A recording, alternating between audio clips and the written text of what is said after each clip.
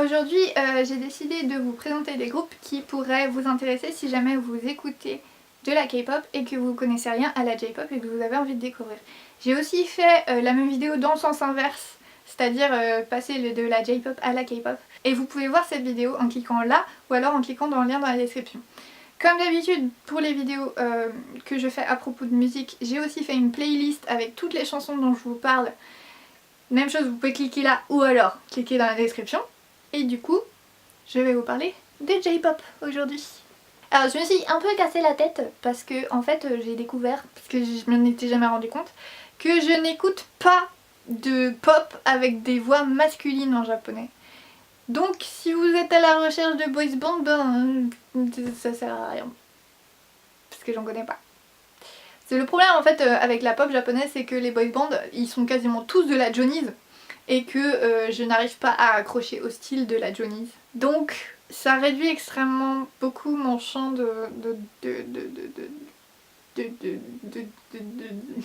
mon panel de choix. Du coup, je vais parler de ce que je connais plutôt que d'essayer de trouver un groupe que je n'écoute pas pour vous le recommander, ce qui serait pas très génial en fait. Et je vais vous parler de filles. Alors je pense que le groupe numéro 1 qui ressemble le plus à un groupe de K-pop, c'est le groupe qui s'appelle Fakie. Elles sont 4 filles. Elles chantent à moitié en japonais, à moitié en anglais, mais vraiment il y a beaucoup d'anglais dans leurs chansons. Elles dansent et elles ont le genre de voix qu'on retrouve effectivement plus dans les groupes de K-pop que dans les groupes de J-pop. L'un des premiers trucs je pense qui rebute les gens à propos de la J-pop, c'est souvent qu'il n'y ait pas une technique vocale fantastique qui arrive dans beaucoup de groupes, hein, faut pas se leurrer. Et c'est quelque chose que du coup j'ai essayé d'écarter un peu de ma sélection. Donc pour ça, Fakie, elles ont des bonnes chanteuses dedans, des chanteuses avec le genre de voix qu'on trouve aussi dans la musique américaine. C'est-à-dire des voix assez puissantes, assez pleines, contrairement aux voix où des fois on a l'impression que c'est des grincements de porte de certains girls band, que je dis pas que c'est pas appréciable, hein. C'est juste que c'est pas le genre de tout le monde. Mais en fait c'est pas que ça qui me fait apprécier Fakie, c'est le fait qu'elles aient des styles de musique qui fassent très K-pop aussi, des productions de chansons qui sont vraiment modernes et qui n'ont rien à voir avec la musique d'animé notamment. Elles ont des danses qui sont sympas, donc elles sont agréables à regarder en live. Mais aussi et surtout, c'est le fait qu'elles sont vachement actives sur les réseaux sociaux. Et du coup, souvent, genre, elles postent des trucs sur Instagram et je sais pas, j'ai une espèce de connexion avec ces nanas-là qui du coup donnent le côté accessible qu'il y a notamment entre les idoles coréennes et leurs fans, quoi. Et pour ça, je les aime vraiment bien. Un autre groupe qui prend des inspirations un peu de la K-pop, mais en termes de visuel cette fois, c'est E-Girls, qui me font penser par un certain nombre de côtés à Girl Generation. La musique, elle reste assez J-pop, donc c'est assez représentatif de ce que vous trouvez au Japon. Mais il n'y a pas le côté, elles se ressemblent toutes, elles ont à peu près toutes le même style et un style plutôt enfantin, que je trouve assez rebutant personnellement pour les girls band japonais. C'est pas le concept où elles ont un uniforme et chacune une couleur différente, c'est elles ont vraiment des stylistes qui bossent différemment selon chacune des nanas. Après il y a quand même le système de, il y a une center qui fait absolument tout, qui chante la moitié de la chanson et puis il y a plein de nanas dedans qui chantent pas. Ça c'est assez courant en J-pop, j'ai un peu du mal à comprendre pourquoi ce système là fonctionne comme ça. Dans la K-pop ils essayent plutôt de donner au moins une toute petite partie de chant à chaque membre. Là c'est un truc qui se fait dans la musique japonaise, c'est comme ça. Donc je vais mettre quelques clips dans la playlist. Je suis pas ultra fanat d'e-girls, je les écoute juste de temps en temps ou genre je regarde quand elles ont des nouvelles sorties. Du coup je peux pas trop vous recommander une chanson précise, mais je vais mettre les quelques clips que j'aime bien et puis comme ça vous ferez vous-même un avis. Un girls band par contre japonais que j'adore, c'est Fairies. Elles ont commencé super jeunes, je crois, elles avaient genre 12 ans, un truc comme ça. Et elles étaient 7 à la base, maintenant je crois elles sont 5, enfin genre au fur et à mesure il y en a qui partent. Pareil, il y a le même concept de, il y a une center qui va chanter toute la chanson et puis les autres elles vont faire vite faire les voix derrière de temps en temps. Mais déjà j'aime beaucoup la center, j'aime beaucoup Momoka. Et puis surtout, le truc qui a fait que je suis devenue vraiment fan, c'est qu'elles ont des chorégraphies de malade.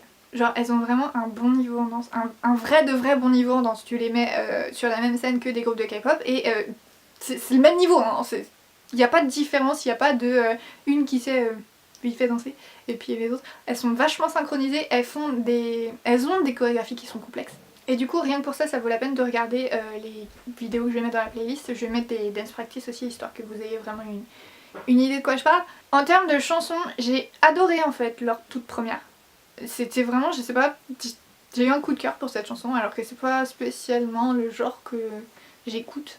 Mais celle-là elle est restée.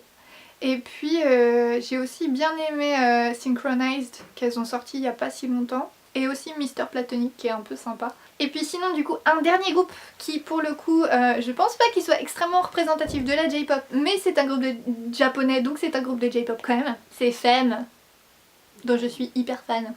Je me suis fabriqué les mêmes lunettes qu'elle, t'as vu? J'en ai même une deuxième paire mais on dirait le mélange entre Femme et Casey Neistat alors voilà. Hein, j'ai aussi évidemment les albums. Hein. C'est un groupe qui n'est pas très connu en fait. Je sais pas pourquoi d'ailleurs. Y a aucune raison qu'elles soient pas connues. Genre en vrai, elles ont un concept trop bien. Super bizarre, mais trop bien. Elles sont deux. Ce sont des mannequins. Mais pas des mannequins genre qui font des photos et tout. Ce sont des mannequins en plastique de vitrine de vêtements. Et donc, genre, elles sont complètement inexpressives. Et elles bougent comme des robots et tout. Et bon, il y avait un concept super compliqué en gros, il faut... c'est le mouvement de revendication des droits des mannequins dans le monde, un truc comme ça. Et faut regarder un peu les teasers qu'il y a sur leur chaîne YouTube, parce qu'elles postent tous leurs clips sur leur chaîne YouTube. Et quasiment toutes leurs chansons sont en anglais, entièrement en anglais. Elles ont aussi fait quelques versions japonaises de leurs chansons, mais à la base, tout est en anglais. Parce que justement, elles essayent d'atteindre un public mondial pour leurs revendications de droits des mannequins. En termes de style de musique, c'est toujours de l'électro. Mais ce que j'aime bien, c'est qu'elles restent pas dans un style d'électro. Elles essayent d'avoir une variété en fait entre toutes les chansons. Donc il n'y a pas tant que ça de chansons qui se ressemblent finalement. Par contre, ça fait toujours une suite logique et on sait toujours à peu près à quoi s'attendre quand elles sortent un nouveau clip. Parlant des clips, les visuels, ils sont ultra balèzes. Parce que c'est un petit groupe, elles ont vendu à peu près 200 exemplaires de leur premier album. Et donc elles ont pas énormément de budget, mais ça ne se voit jamais. Et genre, pour quelqu'un qui bosse du coup dans l'édition de vidéos comme moi, je fais en plus de cette chaîne YouTube notamment des vidéos de dance cover avec mes copines où j'essaye toujours de pousser les visuels au maximum de ce qu'on peut faire avec. Bah je trouve ça hyper intéressant parce que du coup c'est vraiment avec le moins de moyens possible, qu'est-ce qu'on peut faire? Qu'est-ce qu'on peut faire qui rende quand même bien, même si tout ce qu'on avait c'était un fond vert. Et du coup je suis hyper admirative de l'équipe créative qui bosse avec Femme pour ça, mais aussi pour les costumes.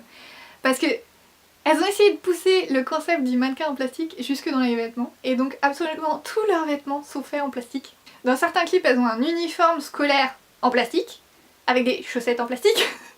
Dans un autre clip elles vont avoir un kimono entier en plastique, genre un feu soudé, les trucs avec les super longues manches là. Il y a toujours des idées fantastiques avec les vêtements qu'ils leur font. Du coup, je vous recommande énormément de regarder ce que Femme fait. Partagez-les si jamais vous aimez et faites-leur de la pub parce qu'elles méritent d'aller beaucoup plus loin que ça. Je ne comprends pas en fait comment ça se fait que Femme n'a pas encore fait le buzz. Parce que c'est tellement un concept poussé et une idée qui est genre vachement originale et il n'y a rien qui ressemble à ça que bah, je comprends pas en fait pourquoi les gens n'en parlent pas quoi. Du coup il faut absolument que moi j'en parle et il faut absolument que vous en parliez si jamais vous les aimez et du coup voilà on va contribuer à la domination du monde par Femme. C'est le genre de dictature dans lequel j'ai envie de vivre. Donc voilà, c'est tous les groupes de J-pop que j'avais à vous présenter. Si jamais vous pensez à d'autres groupes qui pourraient éventuellement plaire du coup à ceux qui aiment la K-pop, n'hésitez pas à les mettre dans les commentaires. Et puis du coup je vous laisse là-dessus et je vous fais des bisous et je vous vois dans une prochaine vidéo. Salut!